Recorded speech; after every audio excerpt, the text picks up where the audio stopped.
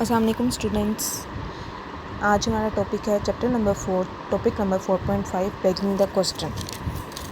Okay, begging the question is a fallacy that rest on the assumption that the basic premise has been proved when really it is not so। कहता है begging the question is a fallacy कि भीख मांगना एक गलत फहमी है जो इस एजम्पशन पर कायम है कि जब वाकई ऐसा नहीं है तो बुनियाद साबित हो चुकी है कि मतलब अगर वाकई ऐसा नहीं है तो ये चीज़ असल में ऐसा साबित हो चुकी है, रियली ऐसा हो चुका है कि वाकई ऐसा एग्जिस्ट नहीं करता, तभी ये ऐसा नहीं है। ठीक है, it is a form of the circular reasoning.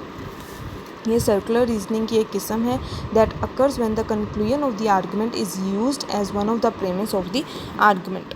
जो उस वक्त होता है जब हम आर्गुमेंट का जो भी कंक्लूजन निकलता है हमारे पास, ठीक है, कंक्लूजन ऑफ द आर्गुमेंट, उसको हम लोग यूज़ करते हैं एक प्रीमिस के तौर पे कि वो हमारे आर्गुमेंट का कोई रिज़ल्ट है, कोई रीज़न है, कोई प्रेमिस है, ठीक है, उस चीज़ के लिए हम उसको यूज़ करते हैं। तो ये एक फॉर्म है सर्कुलर रीजनिंग की that occurs when the conclusion of the argument is used as one of the premises of the argument. जो भी आर्गुमेंट का कंक्लूजन निकलता है उसको हम एज अ प्रीमिस के तौर पे यूज़ करते हैं। Arguments composed in this way are only considered strong when people already accepted the conclusion used as premise। हम कहते हैं इस सूरत में ही ये वाला आर्गुमेंट जो है वो हमारे पास स्ट्रॉन्ग समझा जाएगा या स्ट्रॉन्ग कंसीडर किया जाएगा जब लोग पहले ही नतीजे के तौर पे when people already accepted the conclusion, जब लोग पहले ही जो भी हमारा कंक्लूजन निकला है उसको एक्सेप्ट कर चुके होंगे यूज्ड एज अ प्रेमिस। जो हमने कंक्लूजन प्रेमिस के तौर पे यूज़ किया है, अगर लोग ऑलरेडी उस चीज़ को एक्सेप्ट करते हैं, फिर हम क्या कह सकते हैं कि जो हमारा आर्गुमेंट है वो जो हमारा आर्गुमेंट है वो तभी हमारे पास स्ट्रॉन्ग कंसीडर होगा। ठीक है, for example Ali and we know mass creates gravity because more dense planets have more gravity. ठीक है, अली बात कर रहा है कि और हमें पता है कि जी मैस क्रिएट करता है ग्रेविटी। अब ये ग्रेविटी क्या है, ग्रेविटेशनल फोर्स, ग्रेविटेशनल मैस, ये सब चीज़ें हमारी साइंस या फिज़िक्स से रिलेटेड हैं। ठीक है, बिकॉज मोर डेंस प्लैनेट्स, जितने ज़्यादा डेंस प्लैनेट्स होंगे उतनी ही ज़्यादा ग्रेविटी होगी। Jiya, how do we know which planet are more dense, कि हमें कैसे पता है कौन सा वाला प्लैनेट ज़्यादा डेंस होगा। ठीक है, अली कहता है विच हैव मोर ग्रेविटी, जिसकी ग्रेविटी ज़्यादा हो। To see how begging the question develops a fallacy, कि किस तरह से एक क्वेश्चन पे ना वो सही से बता रहा है कौन सी वाली प्लैनेट ज़्यादा डेंस होगी, ना वो बता रहा है कि कौन सी वाली प्लैनेट ज़्यादा अच्छी ग्रेविटी रखेगी। ठीक है, तो यहाँ पे हो क्या रहा है, एक ही आर्गुमेंट को रिपीट करते जा रहे हैं, बार बार आर्गुमेंट पे आर्गुमेंट होता जाए तो वो एक फैलेसी डेवलप कर देगा। We turn to standard arguments in the abortion debate. One of the common arguments made by the opponents of legalised abortion in the following: murder is morally wrong. Murder जो है वो morally wrong है, बहुत गलत काम है। ठीक है, अबॉर्शन इज़ मर्डर, कहता है अबॉर्शन एक murder, therefore abortion is morally wrong. तो कंक्लूजन उसने क्या निकाला, दो प्रेमिसेस थी यहाँ पे हमारे पास, murder is morally wrong and abortion is murder, therefore abortion is morally wrong. Most people will agree with the first premise that the murder is morally wrong. ज़्यादातर लोग पहले वाली प्रेमिस जो हमारी थी उससे एग्री करेंगे कि yes murder is morally wrong. The problem lies with the second premise के साथ मसला है, all people would not agree that the abortion is a murder. सब लोग इस चीज़ से एग्री नहीं करेंगे कि अबॉर्शन एक मर्डर होता है। ठीक है, कुछ लोग नहीं इस बात को एग्री करते। However, as presented, the premise creates a presumption that is valid in all cases। तो हुआ कि जैसा कि प्रेजेंट किया गया है कि जो प्रेमिस क्रिएट किया है एक ऐसी प्रिजम्पशन को, ये जो प्रेमिसेस थे हमारे पास, जो चीज़ वैलिड होगी तमाम के तमाम केसेस में। ठीक है, on the other side the supporters of the legalised abortion are not free from this fallacy. दूसरी साइड पे जो भी हमारे सपोर्टर्स हैं वो legalised abortion are not free from this fallacy, इस फैलेसी से फ्री नहीं है। One of their standard argument is, एक हम लोगों के पास स्टैंडर्ड आर्गूमेंट है, that is the conclusion guarantees Americans, the Constitution guarantees Americans to the right to control their babies abortion is a choice, abortion के लिए एक चॉइस होता है, and it affects women's body, और ये वुमेन की जो भी बॉडी है उस पर बहुत ज़्यादा असर करता है, ठीक है, अफेक्ट करता है। Therefore abortion is constitutional right, तो वो कहते हैं कि इसलिए कॉन्स्टिट्यूशनल राइट है कि हर किसी को अपना राइट है कि वो देख ले उसने क्या करना है। Like the previous example, the second premise generates a potential stopping point.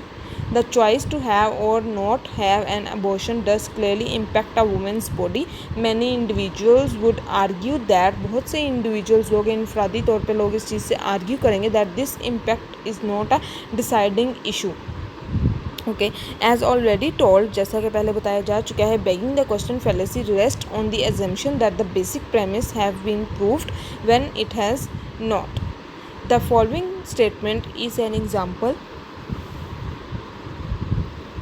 इसी तरह से एक और एग्जांपल है हमारे पास, कहते हैं ट्यूशन एट स्वाब यूनिवर्सिटी शुड बी फ्री, ठीक है, स्वाब यूनिवर्सिटी है वहाँ पर जी ट्यूशन फ्री में पढ़ाई जाती है बच्चों को, because that would serve the interest of the average person, क्योंकि वो ज़्यादातर एवरेज पर्सन का इंटरेस्ट डेवलप करते हैं। The average person can't afford tuition at स्वाब यूनिवर्सिटी, के उस यूनिवर्सिटी में सब लोग ट्यूशन अफोर्ड नहीं कर सकते, ठीक है, जो लो लेवल के हैं, मीडियोकर लेवल के, वो लोग ट्यूशन अफोर्ड नहीं कर सकते वहाँ की, उनकी फ़ी इतनी ज़्यादा होती है। तो उन्होंने क्या किया, उन्होंने एवरेज पर्सनस के लिए उनका इंटरेस्ट डेवलप करने के लिए उन्होंने फ्री कॉस्ट पे ट्यूशन चला दी, ठीक है, कि आप फ्रीली आएँ, आप आके स्टडी करें, आप ट्यूशन्स लें, आप सीखें, नॉलेज गेन करें। Okay, there is no established evidence that the interest of the average people are held by providing education. Therefore, it is wrong to argue that we should provide the free tuition when the outcome that it creates it has not been proven. तो कहते हैं हम सिर्फ इसलिए free tuition नहीं दे रहे कि जब ये आउटकम जो है इसके मुकाबले में हमें आउटकम मिले कि एवरेज लोग एजुकेशन गेन कर रहे हैं, ठीक है, उनमें इंटरेस्ट डेवलप हो रहा है, जबकि ऐसा कुछ भी प्रूफ नहीं हुआ। There is need to prove the conclusion before we consider the principle stated. यहाँ पे हमें सबसे पहले कंक्लूजन को प्रूफ करने की ज़रूरत है कि इससे पहले हम कोई भी असूल अपना स्टेट कर लें।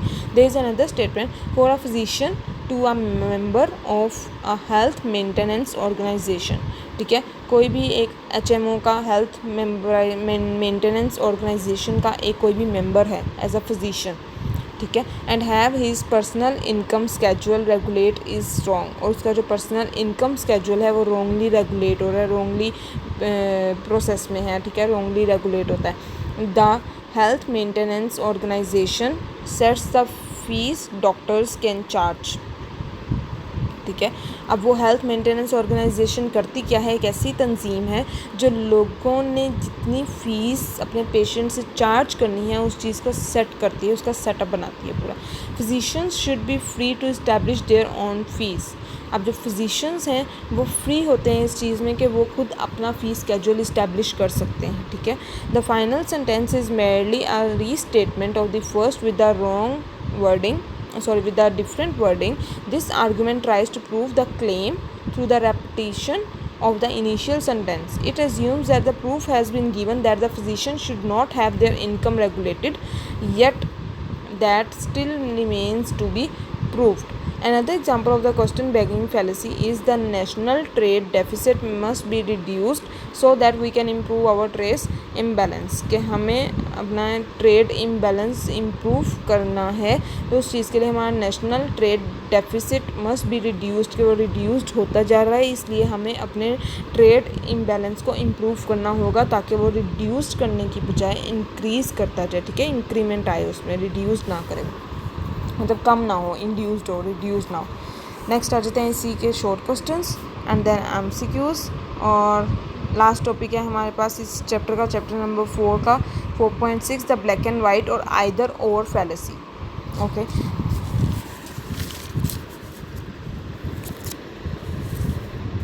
okay, this fallacy occurs when an arguer limits the conclusion to only one of two of one extreme। अच्छा, ये गलतफहमी उस वक्त होती है, ये फैलेसी उस वक्त अकर करती है जब एक बहस करने वाला, ठीक है, जो भी आर्ग्यूअर है, आर्ग्यूअर कहते हैं जो एक बहस करता है, जब एक बहस करने वाला किसी भी कंक्लूजन पे पहुंचने के लिए सिर्फ दो पॉइंट्स पे तक महदूद रहता है, ठीक है, उसकी लिमिट जो है वो 2 पॉइंट्स पे होती है, ट्रू और फॉल्स, येस और नो, आइदर ब्लैक और वाइट, एक्सेट्रा एक्सेट्रा। ठीक है। ऑफन एक्सट्रीम, अक्सर इंतहाई तौर पर ऐसा देखा जाता है कि पॉसिबिलिटीज़ क्या हैं हमारे पास, इम्कानात क्या हैं, आइदर ब्लैक और वाइट, या तो ब्लैक या फिर white, and refuse to acknowledge that some elements of both, और ये इस बात से भी रिफ्यूज़ कर देते हैं, इस बात से भी इनकार कर देते हैं ये बात मानने से।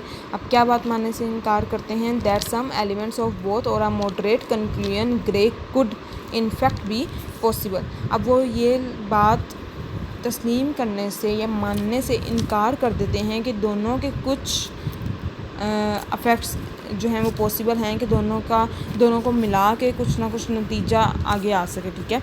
अगरचा हकीकत में मुमकिन है कि वो हमारे पास ग्रे कलर का भी निकला है। देखो ब्लैक और वाइट को मिक्स करेंगे तो कलर क्या आ जाएगा, ग्रे, ठीक है। तो कहता है कि ये फैलेसी तब होती है जब हमारे पास एक बहस करने वाला जो भी आर्ग्यूअर है, ठीक है, जब वो सिर्फ़ और सिर्फ 2 पॉइंट्स पे तक ही महदूद रहता है, उसकी लिमिट ही 2 पॉइंट्स तक है, या तो ब्लैक या तो वाइट। वो ये सोचेगा ही नहीं कि ऐसा भी मुमकिन है कि दोनों को मिला के मिक्सचर बना के उसका कुछ ना कुछ मिक्सअप उसका कंक्लूजन निकला है, ठीक है। That is the grey colour, जो कि ग्रे कलर का होगा। ऑन एन ऑपोजिट साइड पे देखें, इसके मुखालिफ देखें, there is also a fallacy called the middle ground fallacy, where in the interest of compromise an arguer fallaciously tries to find the middle ground when a more extreme answer is in fact correct। कहता है एक गलतफहमी ऐसी भी है जिसको दरमियानी ground कहा जाता है। एक तो अभी हमने देखी ना ब्लैक एंड वाइट फैलेसी होती है, एक होती है जी मिडिल ग्राउंड फैलेसी, जहाँ कहता है समझौता किया जा सकता है, जहाँ कंप्रोमाइज़ किया जा सकता है, ठीक है। कंप्रोमाइज़ की दिलचस्पी होती है, वहाँ पे इंटरेस्ट ऑफ कंप्रोमाइज़ होता है। तो करता क्या है यहाँ पे, एक जो भी आर्ग्यू है हमारा, ठीक है, वो गलत बयानी से दरमियानी ज़मीन को ढूंढने की कोशिश करता है, कि अगर उसको कुछ मसला आ रहा है तो वो कहेगा कि इसमें कोई मिडिल ग्राउंड रास्ता क्यों ना ढूंढ लो, ठीक है। जब हकीकत में ज़्यादा उसको अच्छा दुरुस्त जवाब मिल जाता है, ठीक है, and आर्ग्यूअर फैलेशियसली tries to find a middle ground when a more extreme answer is in fact correct। जब उसको कोई ना कोई एक ज़्यादा अच्छा आंसर मिल जाता है तो फिर वो क्या करता है, एक ऐसी गलत बयानी को दूर करने की कोशिश करता है जिससे वो एक दरमियानी मिडिल ग्राउंड रास्ता ढूंढ सके, ठीक है। The black and white fallacy is often used when an arguer is trying to draw a line in the sand और to oversimplifying a complex argument. जब कोई भी आर्ग्यू, ठीक है, जब कोई भी आर्ग्यू हमारे पास करते हैं, कोई भी आर्ग्यू हम कर रहे हैं किसी दूसरे बंदे से, तो कहता है वो जो आर्ग्यूअर है ना हमारे पास, वो क्या करता है, वो एक लकीर खींचता है, ठीक है। लकीर खींचने की कोशिश करता है कि किसी भी कम्प्लेक्स आर्ग्यू को ज़्यादा से ज़्यादा तौर पे उसको वाज़िया कर सके, ठीक है। जो भी चीज़ आपके पास ज़्यादा कम्प्लेक्स है उसको इतना ज़्यादा सिंप्लीफाई फॉर्म में कर सके, उसको ओवर सिंप्लीफाई करने की कोशिश करे, ठीक है। उसको ओवर सिंप्लीफाई करने की कोशिश करेगा तो होगा क्या कि हमारे पास या तो ब्लैक कलर की फैलेसी आ जाएगी या फिर वो वाइट कलर की फैलेसी का असर इस्तेमाल होता है, तो वो मिडिल ग्राउंड स्टेट से निकल जाता है। फिर the following are the examples of the black and white fallacy. Example है, you either like science or leave the study, ठीक है। आपको या तो साइंस याद है या तो आप स्टडी करना छोड़ दो। सेकेंड एग्जाम्पल है हमारे पास, इंडिया लव इट और लीव इट। इंडिया, या तो इससे प्यार करो या इसको छोड़ दो, इस कंट्री को। Just don't have a strong love और डिसलाइक एंड स्टिक अराउंड। सिर्फ एक मजबूत प्यार या नापसंदीदगी और आसपास नहीं रहना, ठीक है।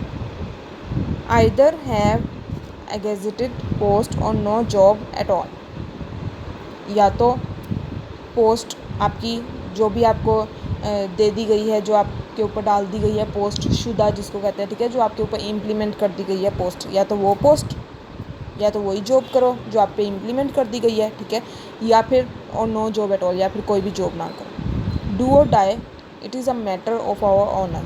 करो या मर जाओ, डू और डाई, या तो ये काम कर लो या फिर मर जाओ।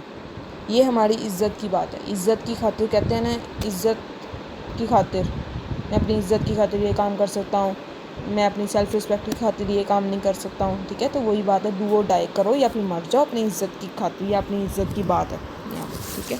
तो ये था हमारा ब्लैक एंड वाइट या फिर आइदर और फैलेसी। नेक्स्ट वन इसके short question answers and MCQs। ठीक है, यहाँ पे हमारा चैप्टर नंबर 4 कंप्लीट हो गया। नेक्स्ट हमारा सिर्फ चैप्टर नंबर 5 रह गया। इंशाल्लाह वो हम अपना नेक्स्ट लेक्चर में स्टार्ट करेंगे। होपफुली सब स्टूडेंट्स को समझ आ गई होगी, सब स्टूडेंट्स साथ साथ काम कर रहे होंगे। ओके, अल्लाह हाफिज़, टेक केयर।